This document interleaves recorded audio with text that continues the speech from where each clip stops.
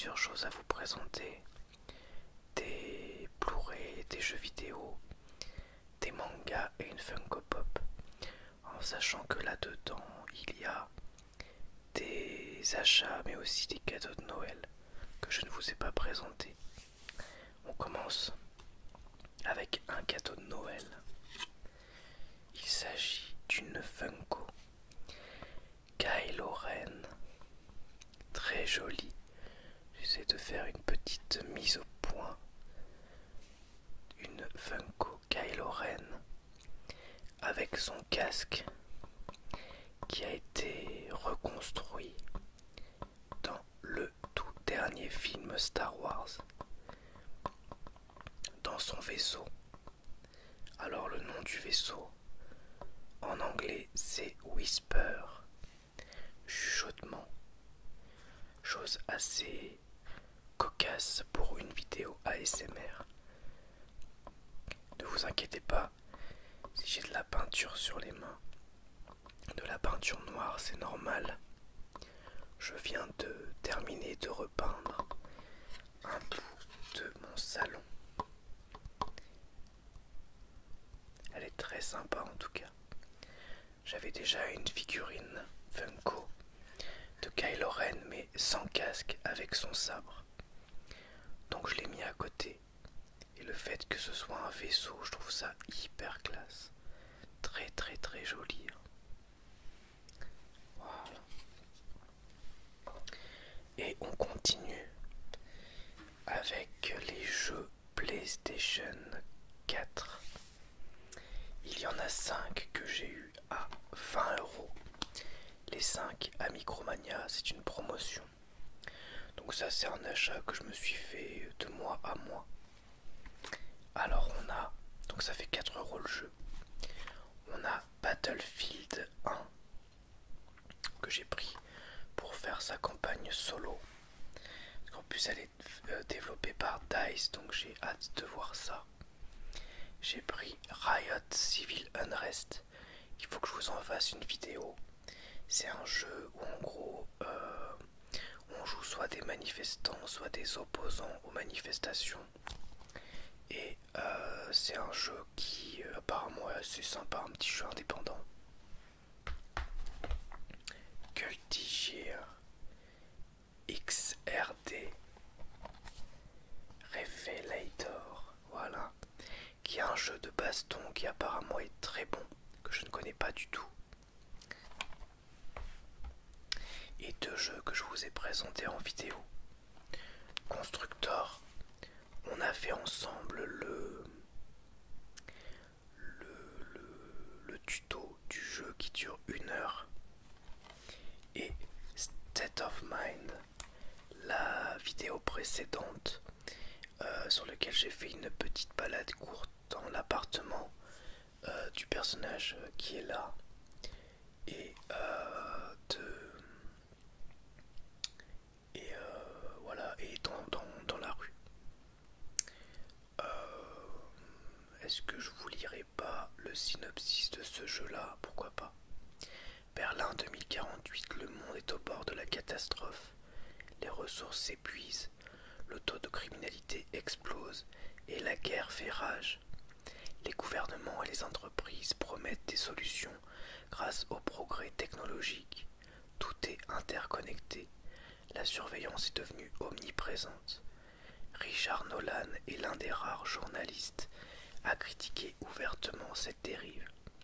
Lorsqu'il se réveille à l'hôpital après une explosion et qu'il découvre que sa femme et son fils ont mystérieusement disparu, Richard comprend une chose. Lui et sa famille sont plus que de simples témoins dans le tourbillon d'idées censées sauver l'humanité, piégée entre la réalité dystopique et l'utopie virtuelle. En tout cas, pour l'instant, je suis à 1 heure de jeu et c'est vraiment très bien. Constructor, c'est un jeu de gestion où on doit tout simplement gérer des quartiers, des habitations, etc. Et le tout plus ou moins légalement. Et après, les autres jeux, j'y ai pas joué encore, donc je peux pas vous dire grand chose dessus. Ensuite, on a 3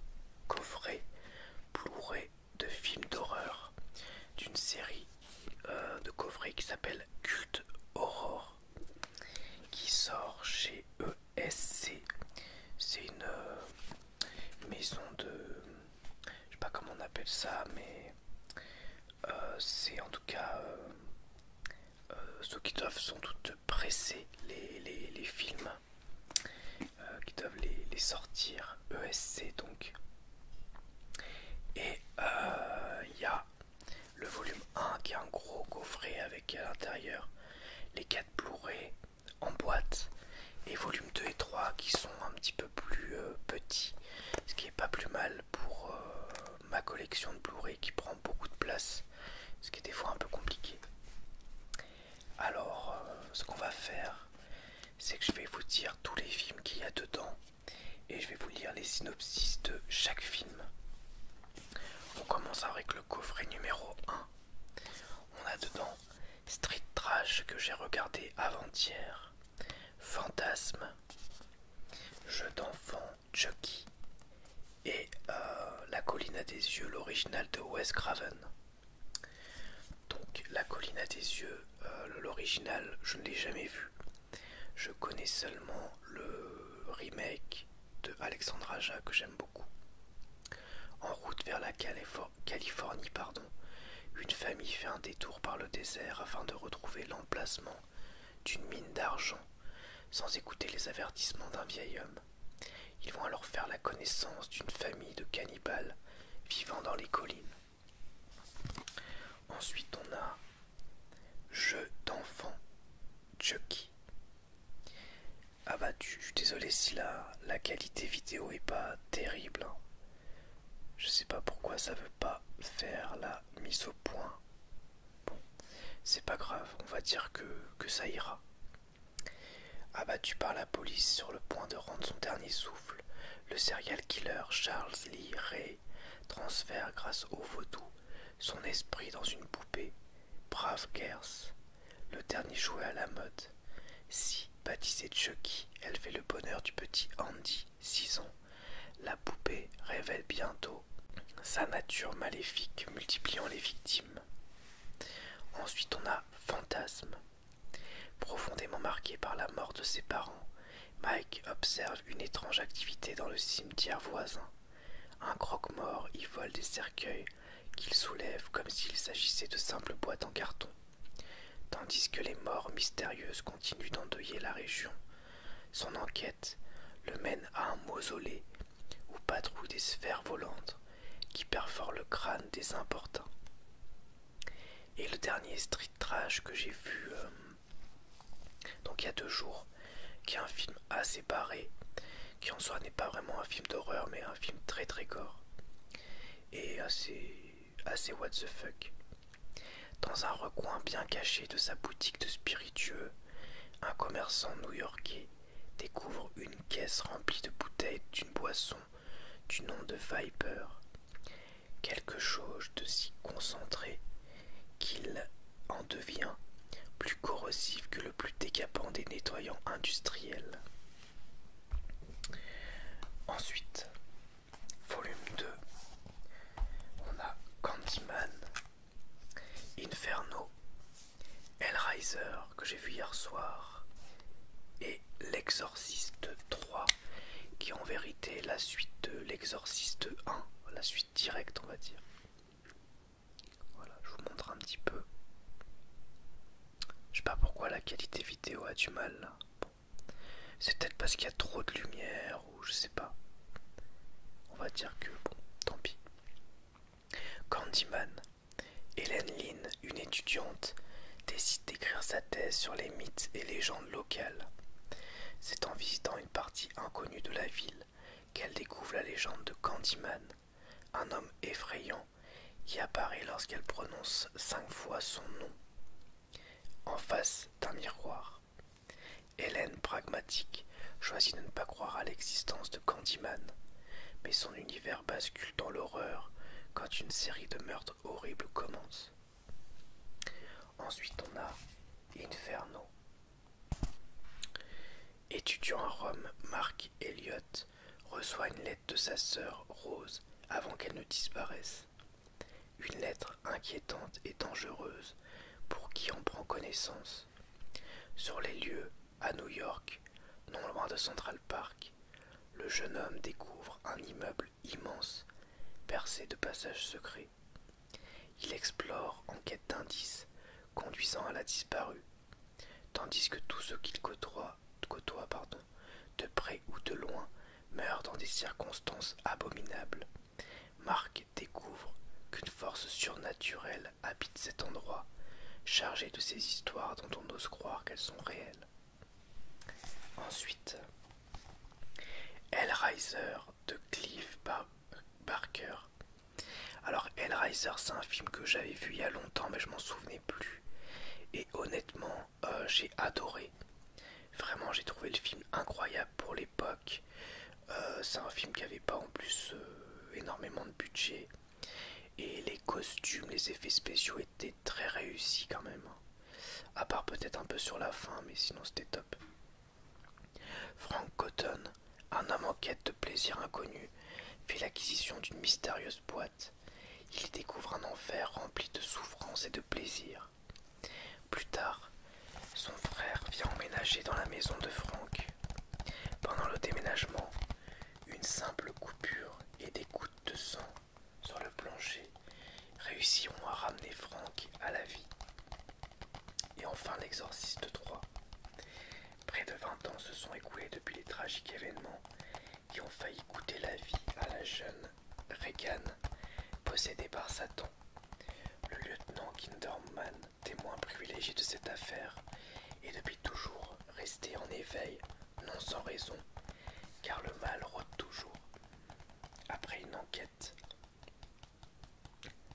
serrée et quelques morts, Kinderman s'aperçoit que les nouveaux meurtres sont l'exacte réplique de ceux commis par un tueur fou, mort 12 ans plus tôt.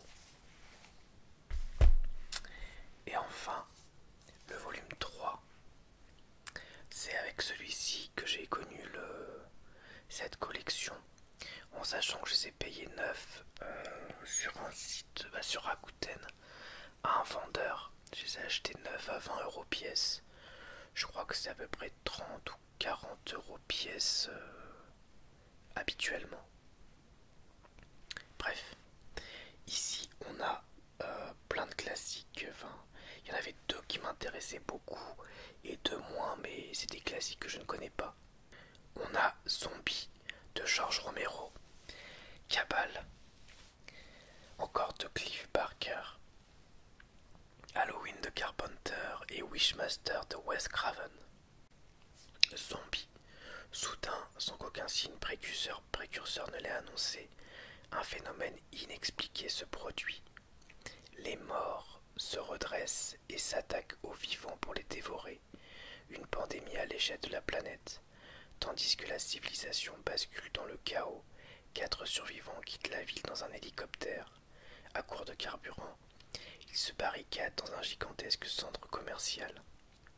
Donc c'est le second opus de la trilogie de Romero, trilogie des zombies. Moi je possède en Blu-ray Le Jour des Morts Vivants et donc Zombie. Et il me manque La Nuit des Morts Vivants, son premier. Ensuite Cabal.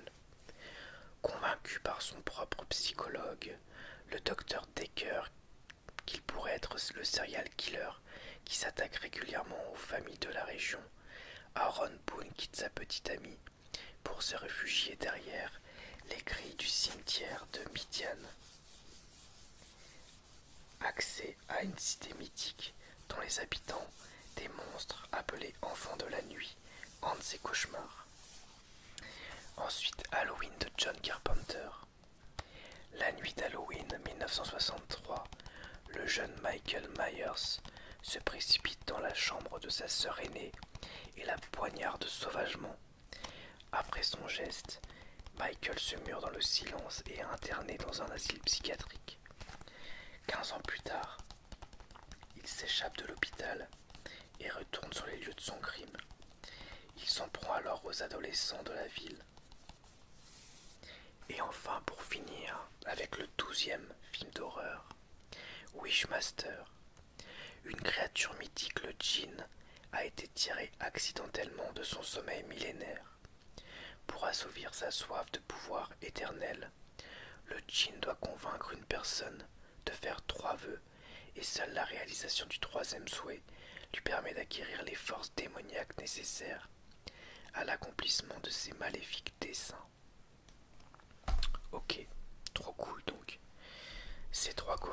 pour 60 euros, donc 20 euros pièce. Trop bien, trop content. Ça c'est un cadeau de moi à moi, donc voilà. Et ensuite, cadeau de Noël, les mangas Berserk, tome 33, tome 34, tome 35, tome 36, tome 37 et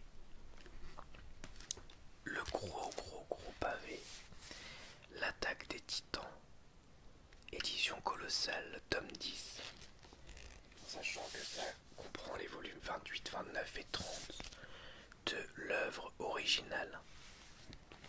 Alors je vais vous montrer un dessin de l'attaque des titans, en essayant de ne pas spoil non plus. Est-ce que j'ai un beau dessin? Peut-être à la fin.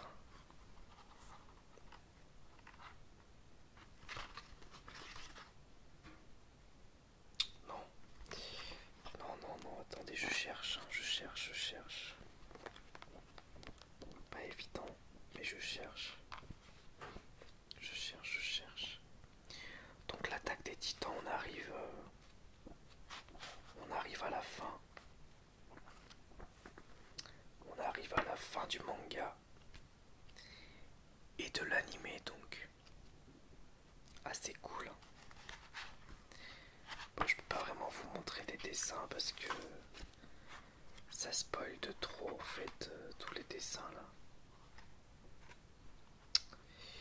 Donc ouais, je peux pas vous montrer des dessins, ça spoil trop. Mais je suis trop content de cette édition colossale qui est magnifique. Et Berserk, on va regarder si j'ai un dessin. On va prendre le tome 33. Est-ce que j'ai quelque chose?